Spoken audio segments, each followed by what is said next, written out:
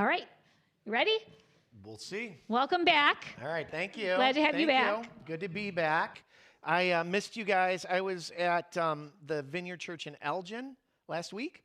Had a great time there, but it's always good to be back home with my family here. So if we've not met, my name is Kevin. I'm one of the pastors here, and we're really, really delighted to be with you this morning. So when I was an undergrad at Purdue, I had a major in public speaking education. I wanted to be a teacher, and I didn't know what I wanted to teach, and I thought public speaking might be kind of cool. So that was my major, but Purdue forces you to also be a theater education major if you do the public speaking bit. And so I didn't have much interest or experience in theater, but I had to take those classes. And one of the classes that I had to take was set design.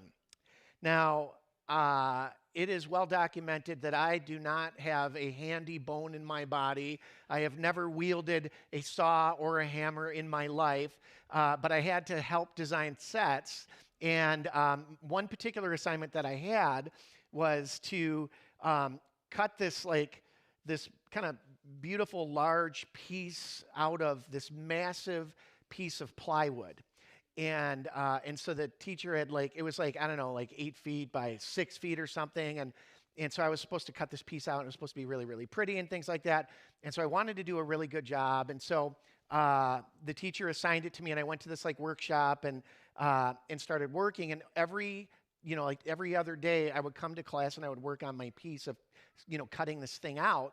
And so I first started by just cutting out big pieces really roughly around the outside of it, and I would throw those in the scrap heap or whatever.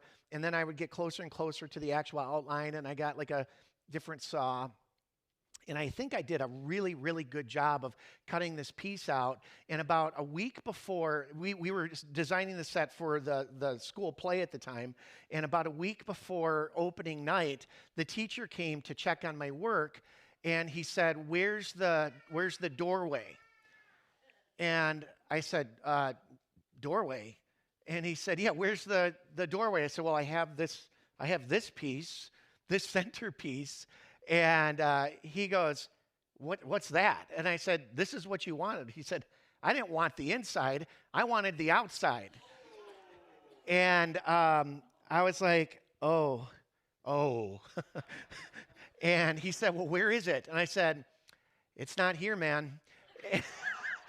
And he said, well, where is it? And I said, it's in the scrap heap. It's a pile of wood. And he said, no. This cannot be happening. He said, let's go take a look at it. I said, you're not going to like it. And so we went, and it was just a pile of wood. And he kind of slapped himself in the forehead for trusting me. And that was that. And the reason I bring that up is because I was thinking about our origin story from the book of Genesis, and how God created all of us with this amazing assignment, this amazing work to do. And if you have read the book of Genesis, particularly the first 11 chapters of Genesis, you know what we did to the assignment? It was basically what I did to that wood. We obliterated it. We destroyed it. We messed it up so badly that it was beyond repair.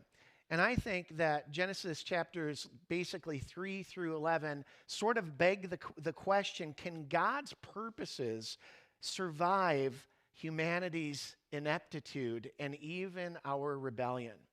Can God's plan and his purposes survive the human condition? And I think that this matters to all of us, because we so often seem to find ourselves in seasons and in situations where things have gotten so fouled up and so broken and so messed up that we wonder, is there any possible way that the Lord could heal this or redeem this or see his plan come through this situation? And sometimes we're living in the consequences of things that we ourselves have messed up, like I did with that set.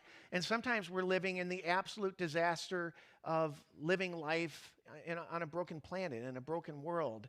And this, for some of us, it may feel very, very personal in this moment because we see maybe destruction in the life of our family or even in our own hearts. Or for some of us, it may feel more broad. It may feel cultural. We may look at our culture or our politics or the wars or the famine or the poverty, the injustice that is happening all over the world. And we may find ourselves wondering, how can God's plan prevail? How can God's purposes prevail in humanity? That's what Genesis chapter 3 through 11 really is all about. And what I want to do this morning is I hope to give you hope. I hope to give you encouragement. I hope to shine a light on God and to show us that God, His plan will always prevail, even as it relates to you and I. And so I am perfectly aware, for those of you that are new here, you've come at a good time because what you don't know is something that everybody else knows, and that is that, well, we're in this survey of the Old Testament, and we did Genesis, and then we did Exodus, and now I'm back at Genesis again. And the reason is because I missed my preaching slot a couple of weeks ago when we went outside and prayed for our country, but I knew that the Lord did not want us to neglect this story of Abraham. And so this week we're going to dive into the life of Abraham. And I hope that at the end of this, you're going to feel comforted and strengthened and expectant and hopeful about what God is doing in the world and in our lives. And so we're going to begin with Genesis chapter 1, verse 26. And it says this: Then God said, "Let us make human beings in our image, to be like us. They will reign over the fish of the sea, the birds in the sky, the livestock, and all the wild animals on the earth, and the small animals that scurry along the ground." And so God created human beings in His own image. In the image of God, He created them, male and female. He created them, and then God blessed them, this is key, and said, "Be fruitful and multiply. Fill the earth and govern it."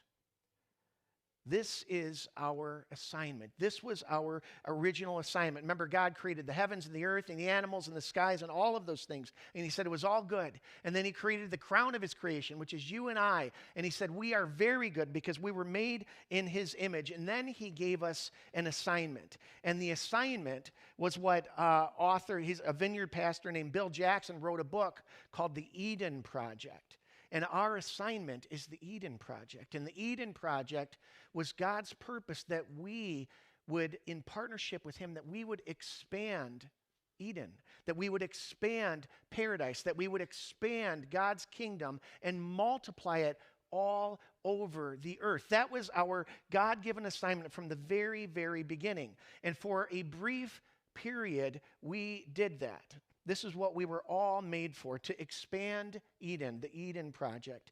But as you know, sin entered into our lives, and when sin came, everything got torn upside down, and we became a complete mess.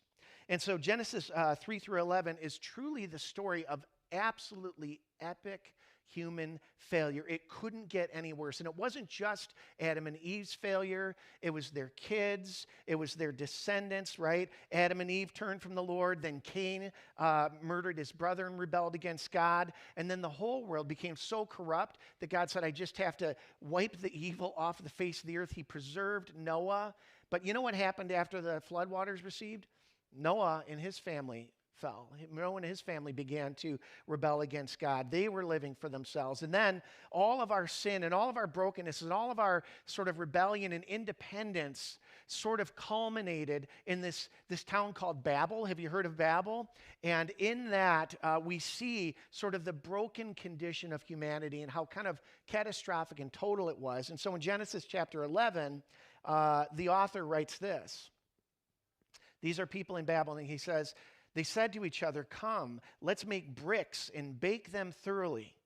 And they used brick instead of stone and tar for mortar. By the way, this was like cutting edge technology 4,000 years. It really was 4,000 years ago. And so they said, let's make bricks and bake them thoroughly. And they used brick instead of stone and tar for mortar. And then they said, "Come, let's build ourselves a city with a tower that reaches to the heavens so that we may make a name for ourselves." That's key.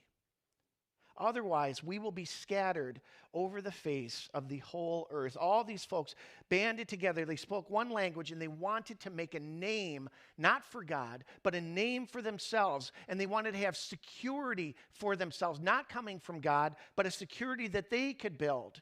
And so they decided that they would reject the Eden Project, and they would reject God, and they would reject his plans for them. They said, we're going to build ourselves a city. We're going to build ourselves a tower to reach heaven on our own, and we're going to make a name for ourselves. Otherwise, we'll be scattered all over the earth. They lived for their own purpose. And I did a quick search, and it turns out that there are 1,189 chapters in the Bible, not books, chapters in the Bible. And within 3 chapters of Scripture getting started, all of humanity has gone to hell in a handbasket. And if I were God, I would certainly have written the whole thing off, earth and all of its inhabitants, but not God. Instead of abandoning us to our absolute rebellion and brokenness, God again showed up to this man named Abram. And Abram, as some of you may know, he lived in a place called Ur. Ur is in modern-day Iraq. He lived around 4,000 years ago in 2000 BC. And the interesting thing, or one of many interesting things about Abram, is that Abram was not a God worshiper. He was a God's worshiper, little g. He was not a follower of Yahweh. And suddenly God showed up in this man's life, who basically came out of nowhere. And Genesis 12 records it. Genesis 12, starting at verse 1, says this: the Lord said to Abram, go from your country, your people, and your father's household to the land that I will show you. And here it is. And I will make you into a great nation, and I will bless you. I will make your name great, and you will be a blessing. I will bless those who bless you, and whoever curses you, I will curse.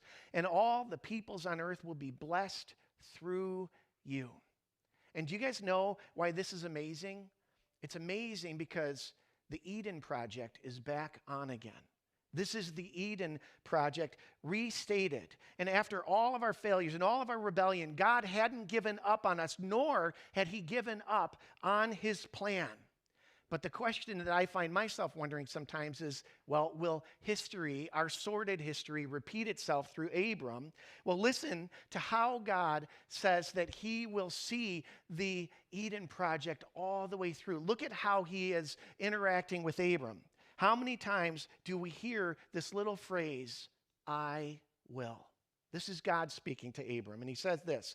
God said, I will, 7 times in these short verses. I will show you where to go, God says. I will make you a great nation. I will bless you. I will make your name great. You remember how in the Tower of Babel, we wanted to make a name for ourselves? God says, I will make your name great. I will bless those who bless you. I will curse those who curse you. And I will bless all the peoples of the earth through you, Abram. And what is so wonderful and amazing is that we see God taking all of the responsibility for healing us and all of the responsibility for restoring our relationship. He was saying, don't worry, humanity. Don't worry, Abram. I will do it myself. This was the original plan restated. The Eden Project is back on. Project Paradise is back on. And what was Abram's part to do? Believe God and obey. Simply to believe God and obey. And our origin story tells us something amazing about God, and that is our frailty and our failure and even our rebellion is no match for God's goodness and his mercy and his ability to see his plan all the way through. And if you look at your life and you see disaster and you see destruction and you see disappointment and it looks like a scrap heap and things are a total mess, I want to point you to Abram's testimony and to his story, because even after the promise seemed dead to Abram. Do you guys know that when God made this original promise that Abram would be a father of a great nation, that he would be blessed to be a blessing, do you know that for 10 long years, Abram did not get to see any fruit of that promise of God? As a matter of fact, his wife Sarai they were so old. This is interesting because like oftentimes I envisioned God like using, kind of like vibrant young people to kick spiritual butt in the world. No, Abram was old. Abram was like my mom and dad's age when God called him. 10 years after that, they still had no child. And Abram was like, you said I was going to be the father of a great nation. You said we would have a child.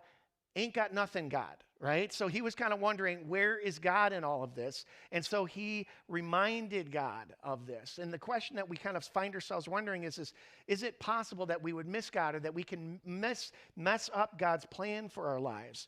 But there is no possible way that we can do this. And so God, again, shows up to Abram because Abram's like, God, where are you? And we find ourselves in Genesis chapter 15. And it says this, and this is such a big deal. It says this, after this, the word of the Lord came to Abram in a vision, and he said, don't be afraid, Abram. And I find that oftentimes when God seems to tarry, I find myself afraid. I find myself doubting. I find myself wondering, where is God? And God shows up, and the first thing he says is, don't be afraid. I am your shield, your very great reward. But Abram said, Sovereign Lord, what can you give me, since I remain childless, and the one who will inherit my estate is Eliezer of Damascus? And God said, and Abram said, you have given me no children, and so a servant of my household will be my heir. Abram is nearly 85 years old at this point. Then the word of the Lord came to him. This man will not be your heir, but a son who is your own flesh and blood will be your heir. And he took him outside and he said, look up at the sky and count the stars, if indeed you can count them. And he said, so shall your offspring be. Abram then believed the Lord, and it was credited to him as righteousness. We see that in the New Testament. And so this is very, very cool. This is very powerful. But what happens next is absolutely amazing, because what we're going to see is we're going to see how God will redeem everything and how he has not turned his back on you and I, how there is still a partnership. God isn't going to go around us. He's going to bring that blessing through each of us. And so verse 7 says this. He also said to him, and that's God speaking to Abram, I am the Lord who brought you out of Ur of the Chaldeans to give you this land to take possession of it. Now, at this point, Abram is just a family. He's just a family. He's just a kind of a one-man band. But Abram said, Sovereign Lord, how can I know that I'll gain possession of it? And so the Lord said to him, bring me a heifer, a goat, a ram, each 3 years old, along with a dove and a young pigeon. And Abram brought all these to him and cut them in two down the middle and arranged the halves opposite each other. The birds, however, he did not cut in half. Then birds of prey came down on the carcasses, but Abram drove them away. And as the sun was setting, Abram fell into a deep sleep, and a thick and dreadful darkness came over him. And now, for the sake of time, I'm going to jump down to verse 17. When the sun had set and darkness had fallen, a smoking fire pot with a blazing torch appeared and passed between the pieces. And on that day, the Lord made a covenant with Abram and said, to your descendants, I give this land. Now, this is such a pivotal moment because God didn't only make a promise to Abram, he made a covenant with Abram. Now, this kind of covenant, they used to call it cutting covenant. And the reason they called it cutting covenant is because in their day, when people would make a solemn oath to each other, a solemn covenant with each other, they would take large animals and they would split them right down the middle. And they would put the pieces on opposite sides, and then the two parties entering into the covenant would walk between the pieces, and they would say to each other, let what has happened to these animals happen to me if I break the terms of our covenant.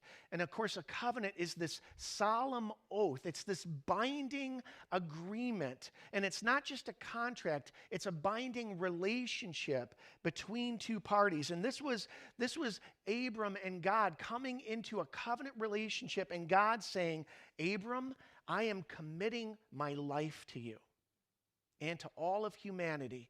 And I invite you to commit your life to me, to give me your commitment. Now, 2 weeks from today, Molly and I share we have our 29th wedding anniversary. 2 weeks from today. Had to think about that.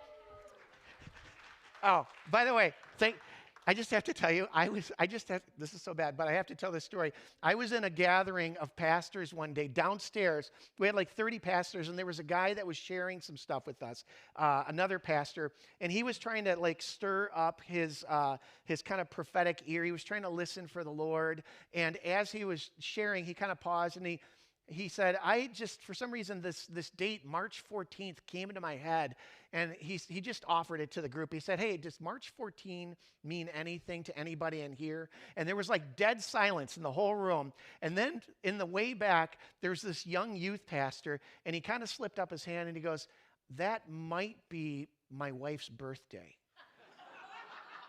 And then I saw him get on his phone. He's like, nope. I'm like, somebody pray for that kid right now. Anyway, so 2 weeks from now, Molly and I are celebrating our 20th anniversary.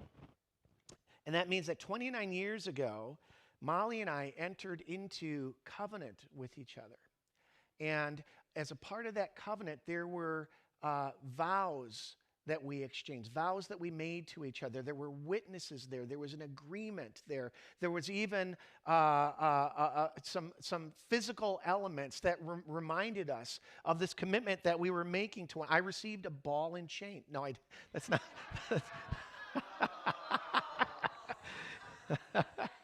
All right, maybe not that. That's probably too far. But anyway, so we entered into this covenant relationship. This is a very, very serious agreement that we entered into. And God entered into this binding relationship with Abram and with all of humanity. But do you know that this agreement was a little bit different than what we might expect? And here's why. Did you notice that there was something different here? In verse 12, it says, as the sun was setting, Abram fell into a deep sleep, and a thick and dreadful darkness came over him.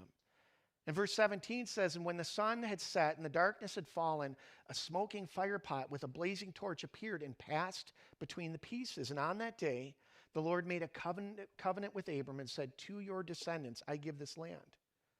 And what we're going to see here, church, is that Abram never passed through.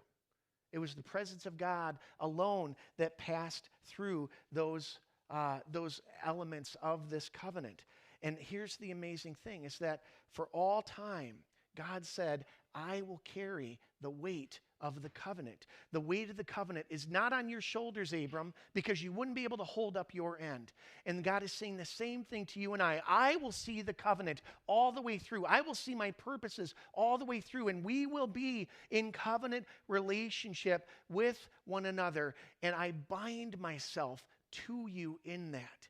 We are always going to be the weaker partner, but we can always trust and rely on the covenant relationship that we have with God, because God has bound himself to us, and he said, I alone will fulfill all of the pieces of this agreement, but I invite you to commit everything that you have to me. And because of that, the Eden Project remains on for all of us. We are still gardeners bringing God's kingdom into the world, because God said, I will do it with you. You can be the weaker partner, and I will see it all the way through if you partner with me. He is remaking the world still through you and I. And the way that he is doing this, church, and this is the most amazing thing of all to me, this is my favorite part, is the way that he is going to remake the world, the way that he's going to bring paradise and bring Eden to earth as he's covenanted himself with us, is by giving us a new future and a new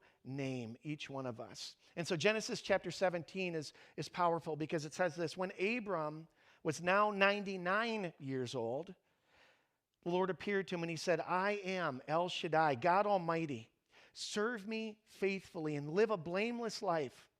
I will make a covenant with you by which I will guarantee to give you countless descendants. And at this, Abram fell face down on the ground. And then God said to him, this is my covenant with you. I will make you a father of a multitude of nations. What's more, I am changing your name. It will no longer be Abram.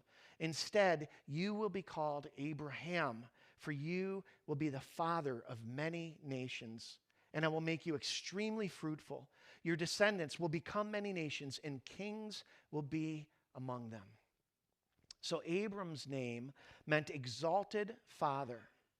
But God gave him a new name, the father of a multitude. And this happened even before he had a son. The promise came before he could see the fruit of that. And God renames us, and he renamed Abraham according to the promise and not necessarily according to the present reality that he could see. And I want us to understand that sometimes there is a promise over our lives, there's a purpose of God and a plan of God, and it will come to pass, even if we don't see it in the day that we are living in. There's a faithfulness of God because God bound himself to us. And so Abram became Abraham, Sarai became Sarah, Saul became Paul, Simon became Peter, and God changes our names because he changes our futures. He changes our identity, even if we don't yet quite see the fruit of what God is promising.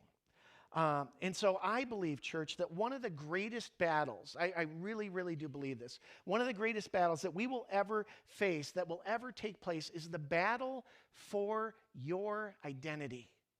There is a great battle for your identity. And one thing that I have come to believe is that how we perceive ourselves and who we perceive ourselves to be will be how we live our lives. Who you perceive yourself to be, who you think you are, is how you will live your life. It's an important thing to know. And I've just very recently, in the last 2 weeks, I've had two very, very interesting things happen in my life about the name that God has given me that have actually told me that I am on the right track. You guys know, if you've been here, that more often than not, I probably share stories about my own failure. But I want to share some stories about how I'm seeing God, how he's given me a new name, and how I am living into the perception of who I am with the new name that God gave me. And the first one happens to do with Panera, as are all of my examples. For those of you that are new here, I'm at Panera every single day. I have my Panera coffee right here, and I'm going to take a coffee break. Excuse me. So I was at Panera 2 weeks ago or so, about 10 days ago, and there's a choral group. There's a group of people that are in a choir, and they come every Wednesday morning. Steve knows this. Steve's my buddy from Panera. And this choir group comes every Wednesday morning, and they just hang out and they have food and talk or whatever. And I see them. I don't know any of their names or anything like that, but we say hi. And on 10 days ago when they were here, or at Panera, one of the things that sort of happens at our Panera is that it's not unusual for people with some mental health issues or some homeless people to come and hang out there. And generally speaking, it's totally fine. Occasionally something happens and, the police have to come or whatever. But on this particular day, there was I don't know if they were homeless, but they certainly had mental health issues. And they were kind of engaging this group. And I sit way at the front of the cafe, and this was way on the other side. But this person was sort of engaging with this group of choir people, and they're all like in their 60s, but one of them has a young adult son, and this person with mental health issues called this woman's son a name, and he wasn't being very nice to her. And so I was sitting there working on something up front, and this woman and her son came up to me, and she said, "Hey, I want you to know that guy called my son a name." And I said, "Oh, I'm so sorry. I'll see what I can do." And she said, "Thanks." And she left. And I got up from my work, and all of a sudden I thought, wait a minute, I don't even work here. Right? And she walked right past all the workers to tell me to take care of this person. And it was the most instinctive thing for me to say, "Oh, I'm so sorry, I'll take care of it." And I realized that I have a name in that place. You know that I've declared myself what? The pastor of Panera. And even though I don't know this woman's name, this woman knew that I was the pastor of Panera. And so she brought me a problem to take care of. And it felt very much like someone from this place saying, "Hey, I've got a problem. Can you help me with this?" And I took a lot of joy in realizing that I am living into the name that I have, which is pastor of Panera. My second story is that Molly and I have just this week wrapped up a cohort in the Vineyard for spiritual health. We have been a part of a gathering of about 12 other Vineyard pastors, and we've spent the last 9 months just kind of growing and receiving and just being blessed with all these like spiritual exercises and people leading us in amazing things. And we've gotten to know these 12 other people that are just amazing vineyard pastors. And it's been a very bonding and very wonderful experience. And one of the things that you may know about me is that I love pastors. I love church and I love pastors. And I have made it my goal to encourage and to strengthen pastors. That is a stated desire of mine. And so we've gone through the entirety of this cohort, and we ended it this week. And so everyone got a chance to share their experience in the cohort. And then after people shared their experience, the rest of the cohort got to reflect something back to them, right? Just to say whatever. And so I did my sharing, and after I did my sharing, the folks got to reflect back to me, and one person after another said, "You are a shepherd, and you are a pastor of pastors, and we want to thank you for shepherding and pastoring us."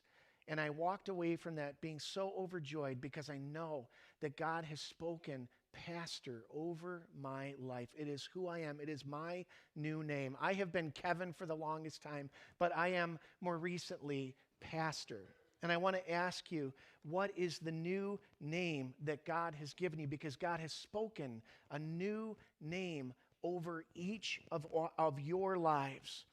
What is the new name that God has given you? And I was just kind of dreaming and thinking of some of your names, and I have a list of these. And I want you to just, I don't know, just ponder these names for a second. Could you bring those lists up? So, what is the name that God has spoken over your life? Has God spoken the name encourager over you? Is your name defender? Is your name equipper? Has God spoken the name comforter over you or intercessor? Maybe your name is innovator or resourcer or pioneer. Does God call you warrior or strengthener or protector? Is your name advocate or evangelist or teacher or healer or liberator? Maybe your name is builder or armor bearer. And if I could, I would just like to take a moment, and I just want to give you a chance to reflect in the presence of God and just ask God to speak a name over your life. What is God doing? In the same way that I have sensed God moving in me to be a shepherd of folks everywhere that I go, what is the name that God has spoken over your life? So just take a second. You can look at, maybe, Ryan, you can kind of flash them back and forth, but what is the name that God has spoken over your life? What is He calling you into right now?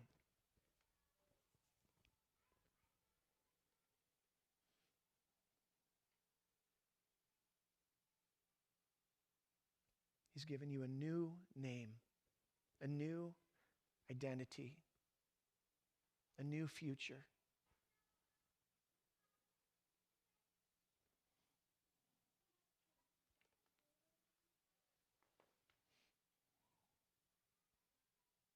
The Apostle Peter said this. He said, "For you are a chosen people. You are royal priests, a holy nation, God's very own possession. And as a result, you can show others the goodness of God, for He called you out of the darkness and into His wonderful light. Once you had no identity as a people, and now you are God's people.